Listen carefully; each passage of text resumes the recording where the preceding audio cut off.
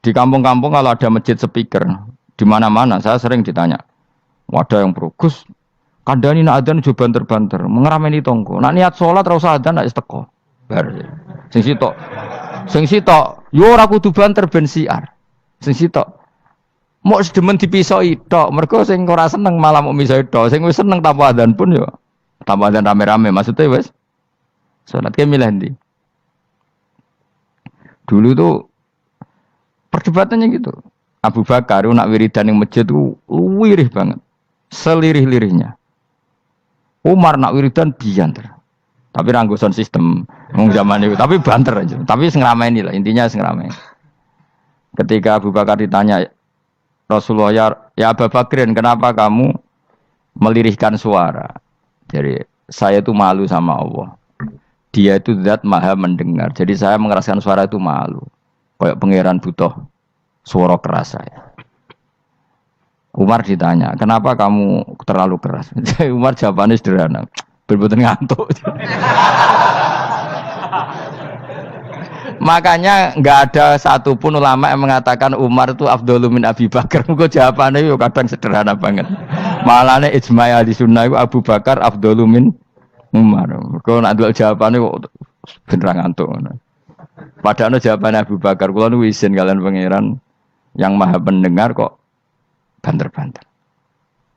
Rasulullah dalam banyak hal ya gitu, ketika banyak masalah itu sahabat dongo banter-banter. Nabi duka, innakum latatuna as-somma. Kamu tidak berdoa sama zat sing budek. Maka kamu enggak usah banter-banter. Jadi andaikan ada istighosah pakai sound system banter-banter itu ya perlu dipertanyakan. Lah pangeran wis krungu gegere ngono lho apa misalnya. Tapi misalnya mazhab itu kamu pakai. Terus ada pertanyaan, dangdutan saja banter. Kenapa kalimat thayyibah tidak boleh banter? Masalah mana? Ya asal isi dunia itu masalah. Kemilah dia. Ini cerita saja. Kalau manusia itu istighosah jaluk tulung sama pangeran kan? Pangeran sudah dengar tanpa sound system apa enggak? Kenapa banter-banter? Tapi kalau tadi dibalik dangdutan saja banter-banter. Kenapa kalimat thayyibah tidak boleh banter-banter? Bismillahirrahmanirrahim. Ya khisimun ngaten wae kan apa ketika terjadi kiamat niku tak khuduhum wa hum khisimun. Jadi manusia itu takdir itu seneng tukaran. Karena tadi ya sengketa yang mari tukaran, pendapat baik yang masih nyari yang terbaik, sama-sama kebenaran nyari yang paling benar. Karena manusia itu dari awal kurang penggawean. Jadi barang apik cek diperdebatno dengan yang luwih napa? Apik. Sehingga bayangannya pangeran niku sok ben nak kiamat kapan saja terjadi ku wong lagi sibuk para padu, lagi sibuk gegeran. Wes iku mesti. Karena tadi manusa niku pun watak dasare niku konflik. Ya tadi misalnya pengurus masjid bahkan mungkin organisasi-organisasi perdamaian itu pas rapat ya tukaran. Padahal organisasi ini perdamaian. Ya tapi pas rapat lalu solusinya apa? Solusinya begini sih, tok debat gini. Padahal napa? Organisasi napa? Perdamaian. Tapi ya tetap tukaran. Asal cek manusia itu tukaran. Uniknya lagi manusia itu kalau ingin damai juga harus punya alat untuk tukaran. Nah orang ya tidak.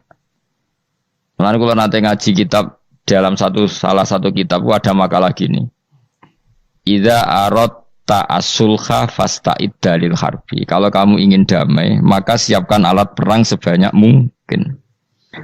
Karena logikanya gini ya, kalau misalnya ada bajingan atau penjahat, dia punya bom, punya pedang, terus kamu sebagai orang soleh tidak punya apa-apa, bisa enggak bergening perdamaian? Kan enggak bisa. Mereka terpaksa damai karena kamu punya senjata yang imbang. Jadi kalau musuh kamu punya nuklir terus kayak enggak punya apa-apa, ayo damai wae. Kono kan rugi damai. Wong tak bom kena kok damai barang kan gitu. Makanya kamu harus punya senjata yang imbang. Makanya dalam tafsir-tafsir itu diterangkan ketika Allah menyuruh kita wa'iddu lahum mastata'tum min quwwati wa min ribatil khaili turhibu nabi aduwallah. Kamu umat Islam harus menyediakan alat perang sebanyak mungkin. Itu bukan berarti Allah menyuruh umat Islam perang terus ibuatan. Dalam keadaan dunia yang banyak gesekan seperti ini, orang itu bisa damai justru kalau sama-sama punya senjata. Dan itu teori itu dipakai seluruh dunia. Segamane cara sing didelok wong akeh sing ora jare. Misalnya Amerika kan terkenal dikjaya, Korea Utara ben dirgani Amerika kudu gawe senjata sebanyak-banyaknya. Ya sudah seperti itu sudah teori yang dikatakan Quran. Mata dolim itu nak ora diimbangi ya mesti yang satu diinjek. Makanya dalam fikih Islam itu lucu. Fikih rodok jorok tapi gelem ra gelem kayak kudu setuju. Ya cara fikih kowe di bojo ayu cek elek. Nek ra gelem mbok kumpuli ra wajib mbok nafakoi. Dadi kono iso ngancam gak bukai dhuwit ra tak kei. Ajane rodok jorok fikih. Itu cara fikih memang gitu. Perempuan itu tidak wajib melayani suaminya jika tidak dikasih nafkah. Lucunya fikih yang merovokasi sing lanang dan wong lanang ra wajib nafkahi nek ra dikai iku wis ora usah terangno iku opo. Jadi fikih itu karena ngikuti teori umum. Makanya Mbah Mun itu fikih kata beliau itu aku mbek fikih ini ra cocok. Aku ape omah tapi dagangan perkara itu. Tapi memang secara prosedur fikih gitu. Mana wong kere-kere iku pancen wis ora entuk jatah kelon karena ra iso nafkahi gitu. Itu cara fikih. Memang seperti itu. Karena kere kok pola, napa? Kere kok pola. Kalau nak kere kudu ganteng. Jadi orang untuk jatah sing wedok sing seneng lah itu ijek untuk jatah. Tapi nak wis kere elek ya wis nelongso perkarane memang. Jadi karena seorang istri wajib melayani suaminya jika tidak kodak nafkahi. Bahkan menurut fikih Islam itu boleh rafa. Jadi oleh rafane hakim. Pak hakim suami saya kere itu boleh. Dan itu bisa diceraikan oleh siapa? Hakim. Jadi rafa. Karena tadi manusia itu ya khisimun di mental konflik. Dan mental konflik itu tidak dihilangkan Allah sama sekali kecuali nanti setelah di surga. Makanya Allah ngendikan apa? Wa naza'na ma fi sudurihim min ghillin. Jadi sifat drengki, sifat hasud itu dihilangkan nanti setelah di surga. Artinya di dunia itu antar wong soleh ya mesti hasud. Mana ada sing ora soleh, sing soleh wae kudu hasud. Ya senine ngono.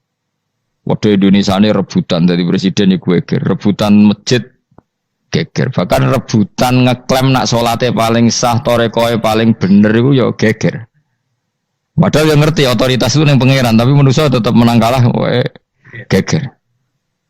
Besu sak PT nak seneng dalan ya geger. Kalau sering Pak besu balapan itu kadang nggih sak napa? Sak PT, sak PO itu. Karena nanti bayangannya pangeran itu ya mesti terjadi yang pangeran sing ngendikan kiamat itu tak khuduhum wahum ya khisimun. Jadi ben ora men Yasin antok ora paham tak tulung bangunan ora paham bangeten. Wahum fi ghaflatin minha bitakhasumin wa tabayu'in wa aklin wasyubin. Mesti manusia itu di mental takhasum saling berebut.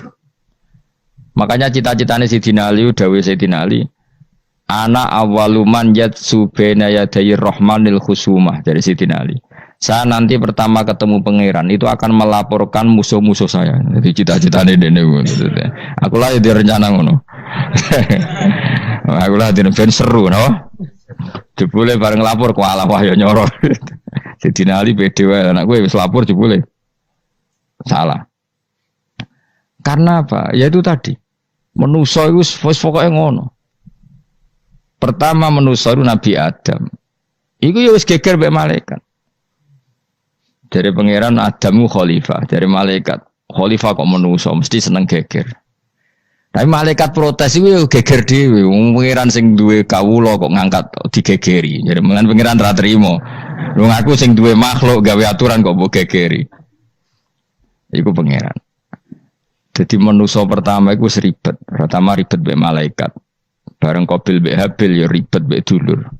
Mulai dhisik perkara wedokan. Jadi sekunane kunong wedok mari ribet. Gak ono wedok tambah ribet.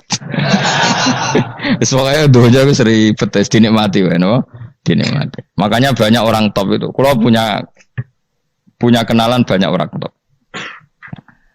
Niku ribet itu di manage. Jadi ada salah satu tokoh Indonesia itu terkenal sekali. Nak pidato ra kontroversi ra iso turu, tapi nak wis pidato wong bingung kabeh iso turu.